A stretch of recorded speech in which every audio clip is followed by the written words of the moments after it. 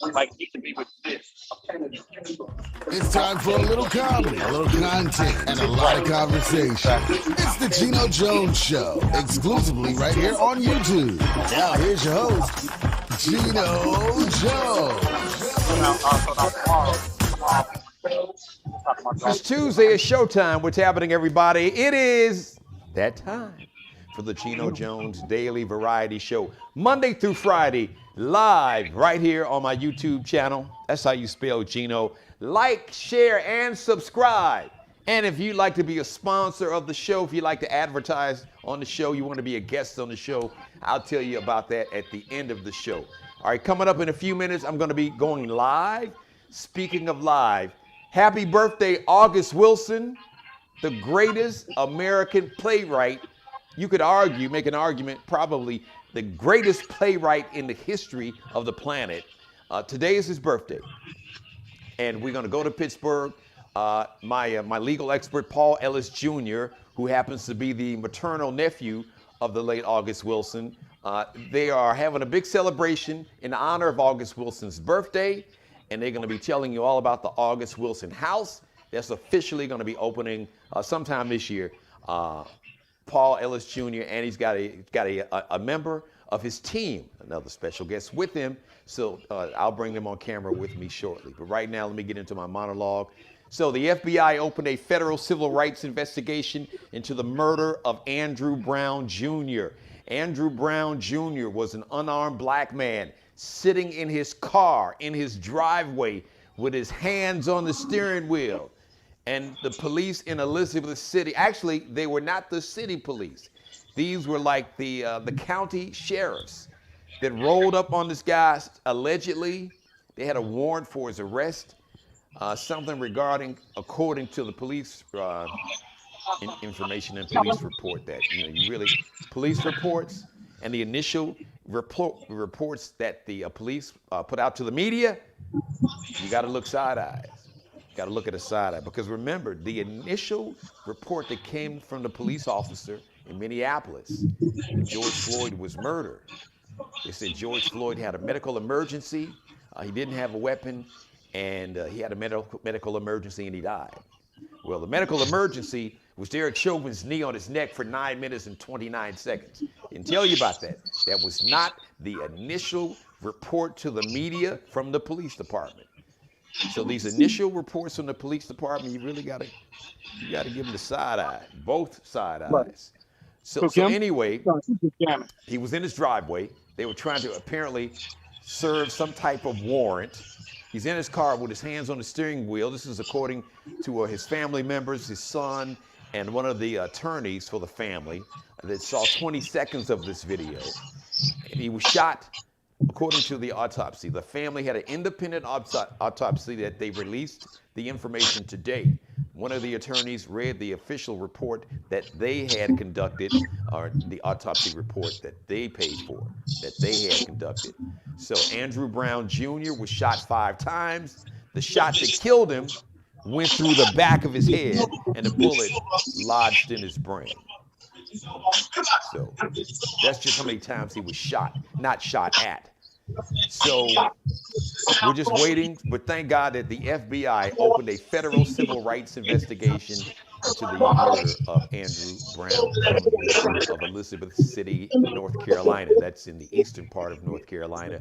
The sheriff's department in that area, they still have not released any dash cam video, any body cam video. So obviously there's some kind of cover up. And I guess so, now that we know that Andrew Brown Jr. was shot in the back of his head while he was trying to just drive off to get away from these police officers that's unloading their guns. And apparently, according to the family and one of the attorneys that saw the video, that there were AR-15s that were part of this, really, execution. Just call it what it was, an execution of an unarmed black man. So when we talk about policing, let me just remind you something that I've talked about several times on the show.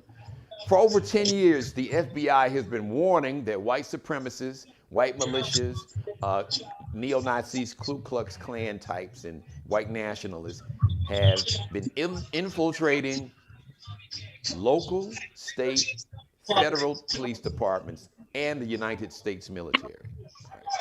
So let me give you a brief and quick history lesson in case you don't know, in case you really don't know. All right, how did we get local police departments? What's the history We're of gonna go local live. police I got you before departments? you go. What's the origin of No, local no. police departments? That's another Well, program. I'm going to help you out. You can do a Google search for yourself. You don't have to take my word for it.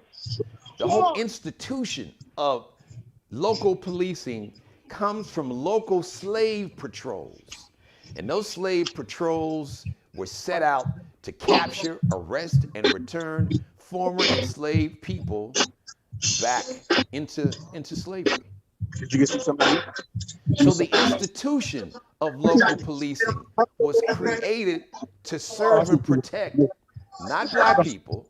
It was created to serve and protect white people and their property in America. That is a historical fact. Whether you like it or not, it's not my opinion. It is a historical fact that you can Google yourself. So the institution of local policing, it is clear it is not working in this current form. So it's got to be reinvented, not abolished, reinvented, remixed. If we got to just, you know what? Tell you what, everybody on the police force, you got to reapply for your job. As a matter of fact, Google policing in Camden, New Jersey. That's exactly what they did. They went in, basically fired the whole department, or gave everybody a chance. Okay, you got to reapply for your job. So it's a form of policing, but they focus on public safety in a comprehensive way, not in the militaristic original institutional slave patrol mentality when it comes to policing black and brown people, specifically Native Americans, Do they need me? Hispanic brothers and sisters. Camden, New Jersey, they have completely remixed their public safety or their police, their whole police system. And you know what? Last year, you didn't have one officer involved shooting. Not one in Camden, New Jersey. Not one. Now you say, oh, I bet crime is out of control. No, actually, crime is down. No police officers shootings. No black people, no brown people shot in Camden, New Jersey by this police department, and crime is down. So it can be done. It is being done. It just needs to be done across the nation.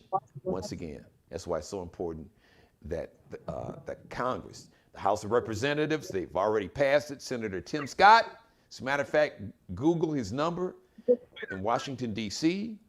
Tell Senator Tim Scott, qualified immunity has to be a part of the George Floyd Justice for Policing Act.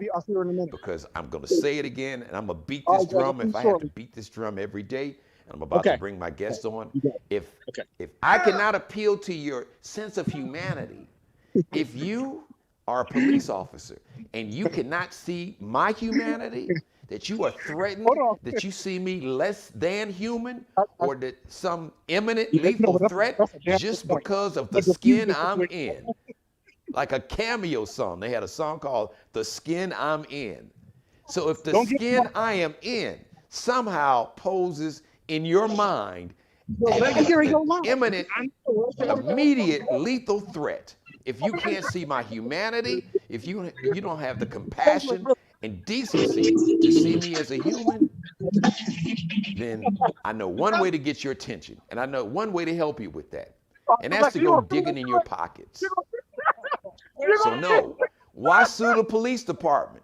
Because if you sue the police department for an officer being involved in excessive force or an unjust murder, like in the case of George Floyd, if you sue the police department, that means that the taxpayers of that city that the police department is in, they will have to pay for it. Why should the people have to pay for a mistake that a rogue officer makes? Or just an officer that just engaging in criminality? and excessive force or murder. No, make him or her, make them pay for it.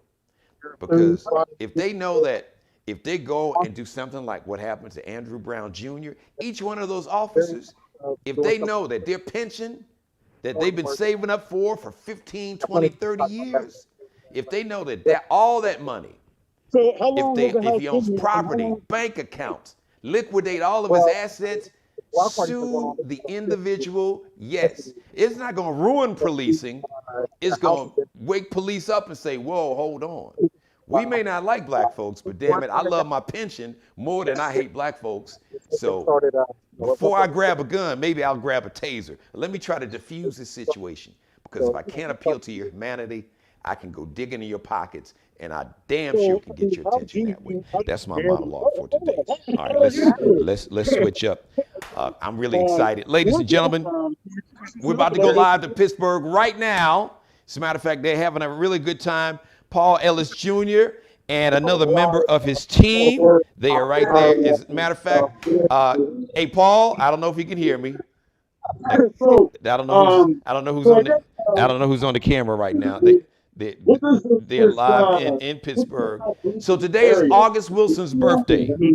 Today is August Wilson's birthday. And they are having a huge celebration for August Wilson. As a matter of fact, somebody is having a conversation. I'll just kind of fill in until Paul comes back on camera.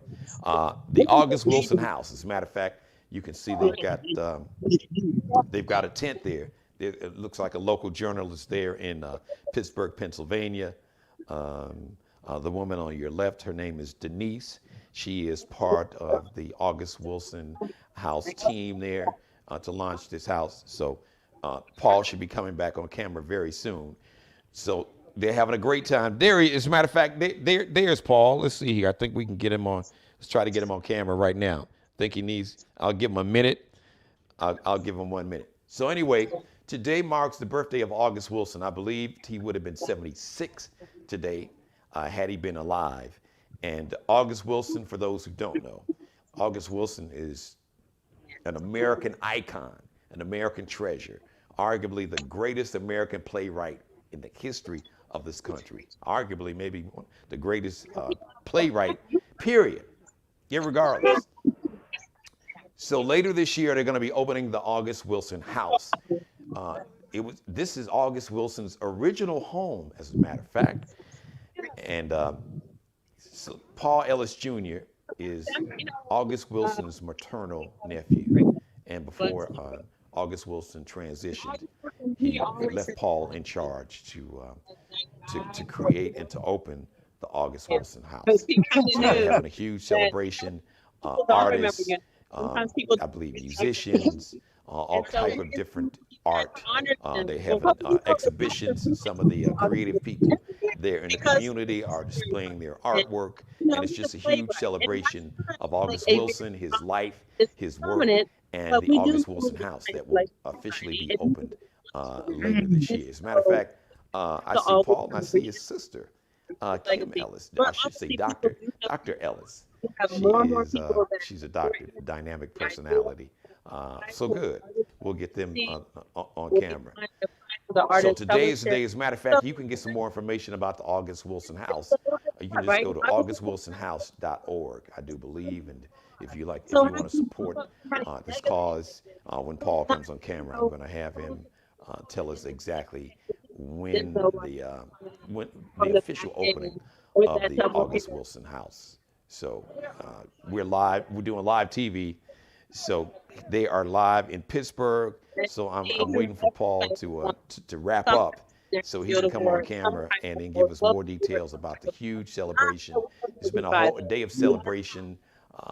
Like I said, celebrating, I believe, not just local artists, but artists nationwide that have come to Pittsburgh from all over. So I think we got Paul. All right, Paul, I got you on camera. I hope you can hear me. If you can hear me, there you go. All right, there. So let's go live to Pittsburgh. Paul, I can see you. I can see Denise, and I believe I see your sister, Dr. Ellis, in the background. There you go. So listen. Hold on, Geno. I'm trying to. Okay. Did I do this correctly? That's the great thing about live TV. Uh, I can hear you, but Hold I on, can't see Geno. you. So Geno, I'm trying. that's okay. We doing that. I love live television. There's nothing like it. So Send a couple calls so out. Okay, all right. Paul is Hold on, man. he's an attorney. He's a brilliant man, but he's not necessarily a cameraman. So that's okay. I'm trying to find But Zoom. we're gonna get him back on camera in a second. And it's just a lot of excitement. This is in real time. They are actually having this huge celebration live right now there in Pittsburgh, Pennsylvania. On today, shout out to August Wilson, a fellow Taurian. No wonder he's a great man. He's a Taurus. All right, there we go. All right, Paul, we got you back on camera there. You look good. So listen, I'm tired of hearing myself talk, and my viewers are tired of hearing me talk. I see you. I believe isn't that Kim, Dr. Ellis? Yes, I thought yeah, so. that very same. That's my sister behind me. Dr. Ellis and Denise, she's part of the team. So listen, I'm gonna give you the mic. Take it away. Happy birthday, August Wilson. And it's a celebration. So tell everybody what today is all about. Well, yeah. First of all, Geno, I got a very active scene here. Let me just tell you, man. A lot of people here. We got this. This is the August Wilson birthday celebration on live TV. This is Joe Cheese. All right, also known as Joe McCain, one of our participants. He's a regular. Okay, he's a regular. All right. We got a lot going on here. Behind me, in addition to the interviews, what you see is it's a giant canvas. What we did in order to be supportive, because remember, the August Wilson House, and I'm going to talk to you more about this tomorrow in your show, but the August Wilson House, part of our mission is to not only restore the actual house that he grew up in, which is a National Historic Landmark. I'm going to come in front and I'm going to show you, I'm standing in front of the August Wilson House right now. Okay. And what I'm going to do is I'm going to show you the plaque behind me. This is the state placard, the state marker, okay, right in front of the August Wilson House. Beautiful. Beautiful. We just started major construction. I'm gonna walk down here for 1 minute. Okay. Hold on a second. I'm gonna walk down here for 1 second. I just want to show you guys that one of our construction portals here. All right, there's fencing here, but if you look behind me, you will see this is the side of the August Wilson House. You're looking at a trench of about 30 feet deep. This was all dug out in the last 2 weeks. Okay. This is where the addition to the August Wilson House is going to be going on. Beautiful. It's going to be a multidisciplinary art center. Part of what we're doing, we're going to renovate the childhood home of August Wilson. We're going to support artists, emerging artists on various levels of their course of professional development. And we're going to have a rooftop terrace. There'll be an additional studio space. We're going to be heavy on arts education, arts programming. So it's going to be absolutely wonderful. Now, as far as today, okay, usually we have this giant celebration. There's hundreds of vendors, thousands of people. Because of the pandemic, we had to scale it down. Now, I'm going to turn this way. What you see behind me are people partying. The DJ's taking a little break right now. But all these people that you see behind me, they are all supporting the artists. We bought food for them, okay? What we did was we patronized local Black business food vendors. Beautiful. Okay. The people that you see behind me, all their food is free. All they have to do is stand in line. Okay. So we're feeding the people, we're supporting the local artists in honor of August Wilson's birthday celebration. Today is his birthday, April 27th. If you want to know more about what we're doing, please visit augustwilsonhouse.org. And Geno and I are going to go into more detail about it tomorrow. So, Paul, so listen, before I let you go, so let everybody know what type of arts are going to be featured, because like you said, it's a center to where I guess anyone can come that's maybe a musician or maybe they're an actor. Tell everybody specifically what you guys are going to be featuring, and is it going to be anything else in services in terms of maybe tutoring, childcare, any other services you guys are going to be offering the community? It'll be a multidisciplinary art center.